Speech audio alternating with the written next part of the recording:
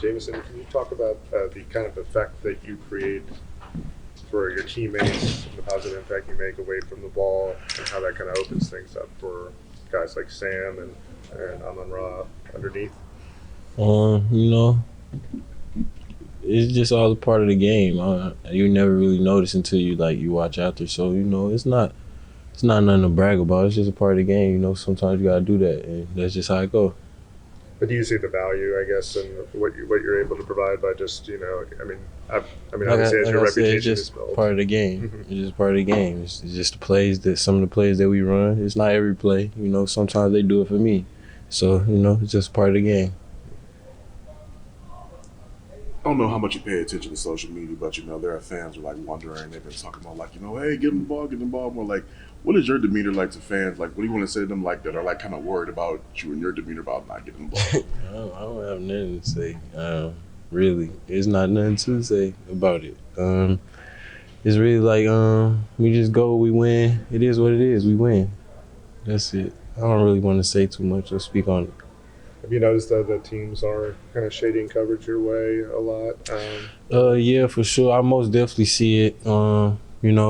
But we just game plan to go against it. They got two on me, we go somewhere else. So it's obviously light somewhere else if you put two people on one person in defense. So it gives us an advantage, I think. You weren't able to play in that Kansas City game a couple of years ago. Is there a little extra juice being able to face kind of an iconic team in an iconic place? Yeah, I'm most excited about Kansas City is real close to home. St. Louis probably an hour or something away. I got a lot of family, friends coming up to the game. Glad to see them. Prime time, so excited to just play. I'm also excited to go down there. Hear a lot about the stadium, man. A good team, great quarterback. Great leaders over there. So it should be a good game. Is everybody calling you all week long, or is it just, hey man, call me on Tuesday because it's going to get too crazy? Are you talking about the game? Huh? I'm talking about your people come to the game. I kind of answer. I answer phone calls.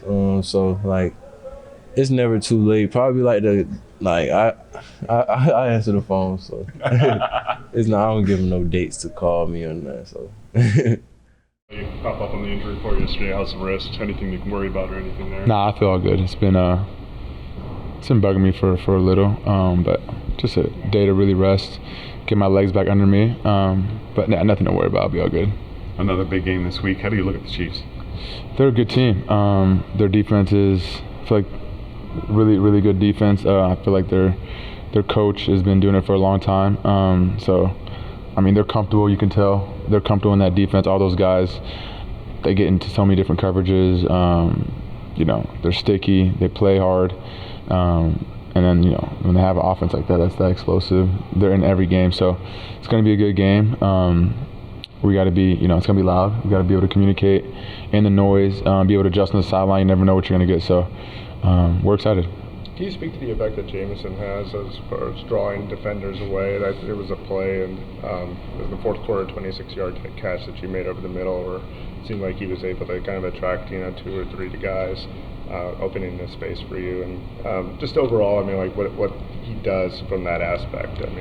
Yeah, I think when you have a guy like J-Mo who can stretch the field like he does, you got to respect his speed, whether you're a corner, safety, whatever it is. So if you don't have anyone over the top, I think J-Mo is a favorable matchup versus anyone. So I think teams understand that, and they try to limit our explosive plays as much as they can because, explosive plays, I feel like, kill you on defense. And so, whenever J-Mo's in, I feel like they got someone over the top trying to, make sure he's not taking the top off, which I feel like opens up a lot for us underneath.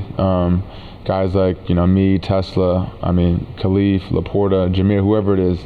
And even J-Mo, he's able to run, other routes than just going deep because guys are so scared of his speed. So I think having him is a blessing. Hey, what stands out about that trip to KC in 2023? What's the first thing that comes to mind, and how much do you think that result kind of laid the foundation for the success you guys have had for the last couple of years? I would say that was a big game for us, but I wouldn't say it was everything. I feel like the year before that we had momentum coming into it. We won some games on the road, the year before, beat the Packers at Lambeau. to end the season. I think that was big for us. And then going into the, that off-season training camp, we had some momentum. And then, we found out we were going to get that first game versus the Chiefs. We were all excited. And then won that game. I think that kind of set us up for that whole year, the momentum. Although we did lose some games still that year that were, in between.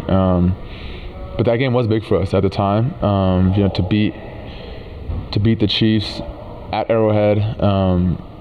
Although I think they were missing Kelsey and Chris Jones at the time, they were still the Chiefs. So that game was big, but this is, 2 years later. It's completely two different new teams. So they're gonna be ready for us, and it's gonna be a good battle.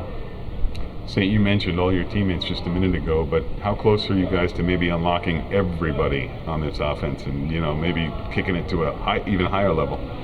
It's a good question. I think we have the most points scored in the NFL, so I don't know how many more points we have to score to unlock everybody. It's almost like video games. Right. Now. With our offense, I think the fans, they want everyone to be unlocked every game, which is kind of not realistic. For everyone to have 100 yards, it's kind of impossible. You want me to have 100, you want Jamo to have 100, you want Laporte to have 100, you want Jameer to have 100, you want D-Mar, everyone can have 100, and that's perfectly fine. We're all okay with that. All we want to do is go out there and win games, and I think we have an unselfish group. I think that's what makes us so special is we'll do whatever it takes to win, whether it's blocking 30 plays in a row, having to run 30 routes in a row, whatever it may be. As long as we win the game and we execute and we take care of the football, I think that's all that really matters for us as an offense. And so, to answer your question, we'd all love to have 100 yards every game and score 2-3 times every game, but it's just not realistic. It's not how football works. Everyone's going to eat at separate times. Some guys might have something all in the first half, second half, fourth quarter, first quarter, whatever it is. We just got to be ready when our time is. Jared's been really productive against the blitz. How much have you kind of played a role in that, especially as a hot receiver, I guess, in those situations?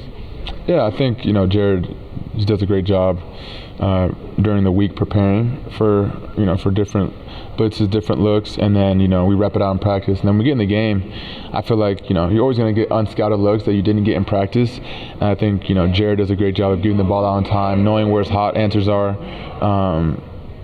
Just everything, pre-snap, everything. I think us receivers, I think Scotty and Coach Johnny Moe, they do a great job of showing us different looks that we might get in the game. So we're kind of prepared for certain things. Obviously, like I said, there's stuff that's going to come up in the game that you're not ready for. But you got to adjust on the sideline, talk about it, and then move on. And like I said, as long as Jared knows what's going on, I feel like the protection when he's hot, I think we'll be just fine. How about when teams show blitz, are you hoping they bring it knowing how well Jared can handle it and the opportunities that it creates for you guys? I think so. I think, when I feel like as an offense, when you know what blitz is coming, you kind of invite it because especially I feel like as a receiver, there's just less people covering. There's more room to work. If you catch it, you got to make one guy miss and it might be a touchdown. So I feel like there's more pressure on the O-line and the running backs and the tight ends and the quarterbacks than there's a receiver. For us, we just really got to speed up our route and make the play. But I don't mind any team really blitzing because, like I said, it's less people in coverage, more room for us to work. With the blitz, with the blitz indicator, do you notice something? Is that like a communication, unspoken communication, or do you have to recognize also whether you see them bringing pressure that how to adjust your route, I guess, accordingly, and with Jared? Yeah, I think a lot of it is playing football a lot. This is my 5th year now, so I've seen quite a few blitzes. There's some tendencies I feel like that defenses give away. Jared's played his 10th year now, I think. So he's seen a lot of different looks. The O-line has, the running backs have. So I feel like when you play a lot of ball and you rep it in practice so many times, there's some looks that you already know are coming that, it's just like on offense. You have certain concepts, defense have certain blitzes that they run that everybody runs. And when you know it's coming, you kind of invite it. It's the pressures that you don't really see coming that hurt you. But the ones that that you've practiced, that you've scouted, and they come, those are the ones that you enjoy because you repped it and you know where your answers are.